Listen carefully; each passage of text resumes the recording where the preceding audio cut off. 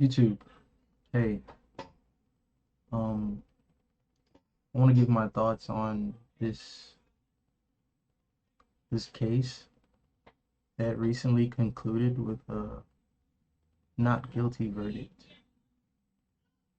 Um, it's between two men, one white, one black. Jordan Neely, black man, is now dead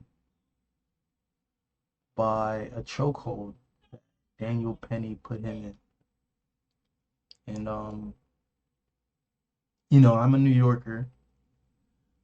I ride the train quite often, get to work, get to school, get back home. And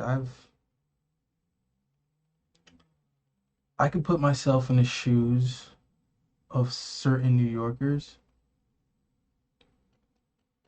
So that's why I want to just give my my thoughts. Let's play this video of him speaking. I think this is before the jury deliberated on him.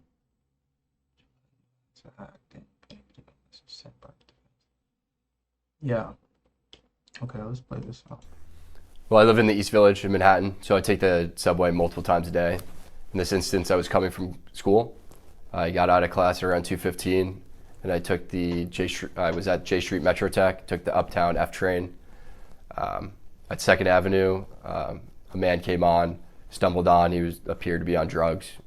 The doors closed, and he ripped his jacket off and threw it at the people sitting down to my left. I was listening to music at the time, and he was yelling, so I took my headphones out to hear what he was yelling. And the three main threats that he repeated over and over was, "I'm going to kill you, I'm prepared to go to jail for life, and I'm willing to die." This was a scary situation, and Mr. Neely came. Okay, let me stop the video right there, what he's saying. So I've been on all types of trains in New York. The A train, the C train, the D train, the G train, 1, 2, 3 trains, the 4 train. I've been on I've been everywhere in the subway system. Okay? And I can understand at times someone coming on the cart who may be less fortunate, who may be homeless, who may be on drugs. But that's all a part of the New York experience in a lot of ways, right? As a New Yorker, you see everything. You see everything. So I've witnessed some people putting shock value to the test on a subway cart or outside in the New York City streets. And I've never feared for my life in that instant, right? Or in those instances where people have demonstrated shock value to say, "I'm fucking hungry, I need food, help me, help me." You know what I'm saying? Or someone saying, "I'm ready to die today," or just going crazy, crashing out in New York City. There's a lot of crash outs in New York. I've never feared for my life. I'm a black man. So I come from the mud. You know, I don't know how to say it any better than that. You know what I'm saying? I am from the mud. So any threats from a homeless man or someone on drugs coming onto the train cart doesn't absolutely scare me. It worries me. I might definitely focus on that individual, make sure everything's okay. But I'm never thinking I should act upon this guy or I should do something to this guy. You know what I'm saying? But let's continue the video. Came on. He was threatening. I'm 6'2", and he was taller than me, so it was. And there's a Okay. common misconception that Marines don't get scared. We're actually taught one of our core values is courage, and courage is not the absence of fear, but how you handle fear. And you know, I was scared for myself, but I looked around, I saw women and children. He was yelling in their faces, saying these threats. I couldn't just sit still. Okay, so Daniel Penny is a veteran. He was in the Marine Corps, I believe. Okay. That also provides a little favoritism in the eyes of Americans, especially white Americans. Just to say. Some people say that I was holding on to Mr. Neely for 15 minutes. This is not true. I mean, between stops is only a couple minutes. So the whole interaction lasted less than 5 minutes. Some people say I was trying to choke him to death, which is also not true. I was trying to restrain him. Okay, well, that's the thing. It's not true that you tried to choke him to death, but it did happen that you choked him to death. Okay? When you're I've put people in the chokehold before, right? When you put someone in a chokehold and you squeeze onto their airways, you then start to feel them panic. That same person that's in the chokehold is starting to flail out and fight you back because you putting pressure with that chokehold onto their airways is going to stop them from breathing. All right? Okay. You can see in the video there's a clear rise and fall of his chest, indicating that he's breathing. I'm trying to restrain him from him being able to carry out the threats. And then some people say,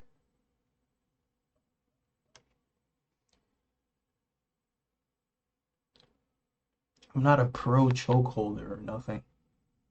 But when you put someone in a chokehold for longer than 2 to 3 minutes,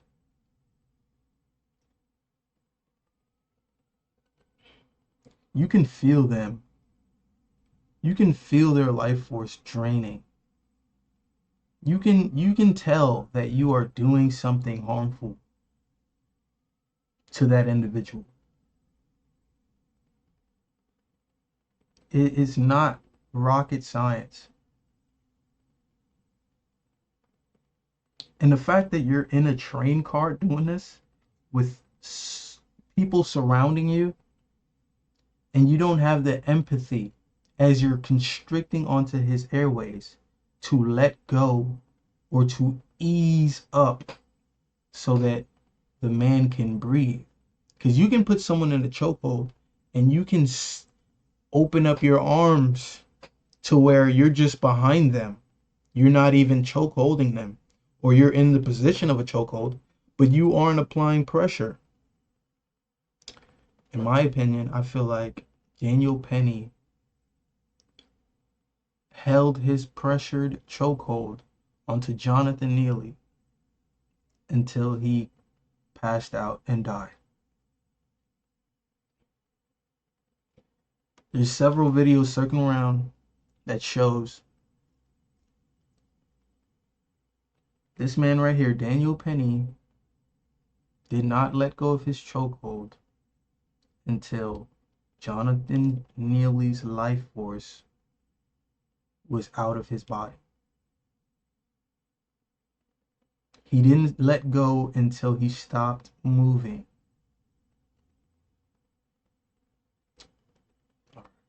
Let's continue the video. say that this was about race, which is absolutely ridiculous. I didn't see a black man threatening passengers. I saw a man threatening passengers, a lot of whom were people of color. The man who helped restrain Mr. Neely was a person of color.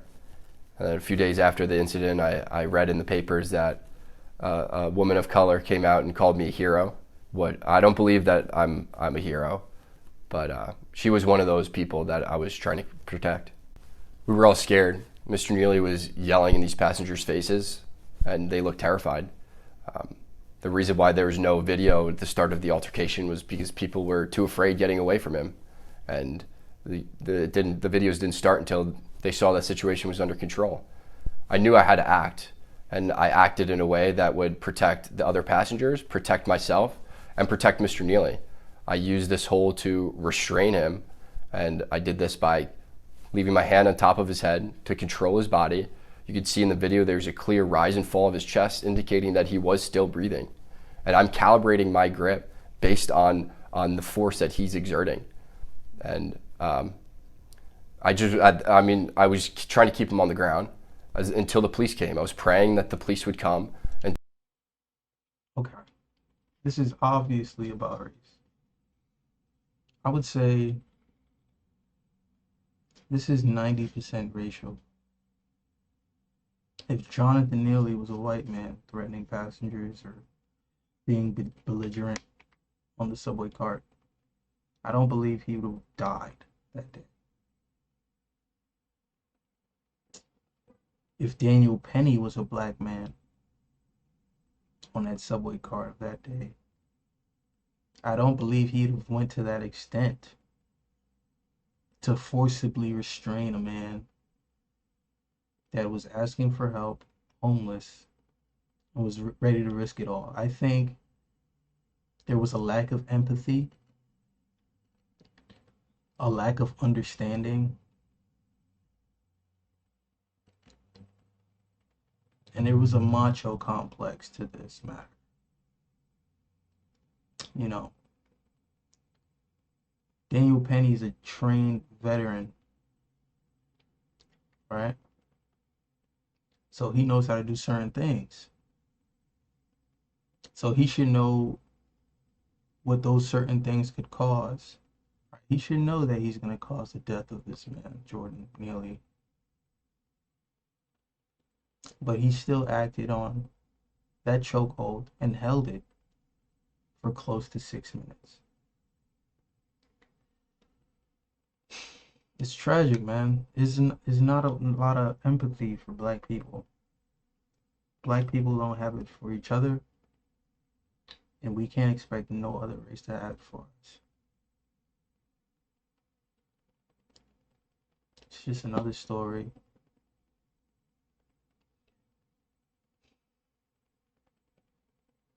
Another story of a white man walking away from a situation that he shouldn't be walking away from. Now, this man didn't get not one charge, all charges, acquitted of all charges. And I think that is blasphemy. But I rest my case. Rest in peace to Jordan Neely. We got to do better as a people, as a human being, as a human race. We got to do better.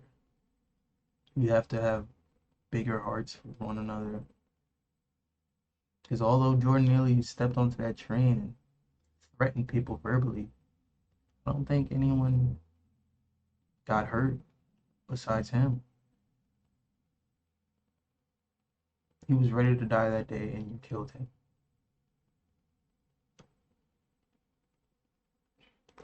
But yeah.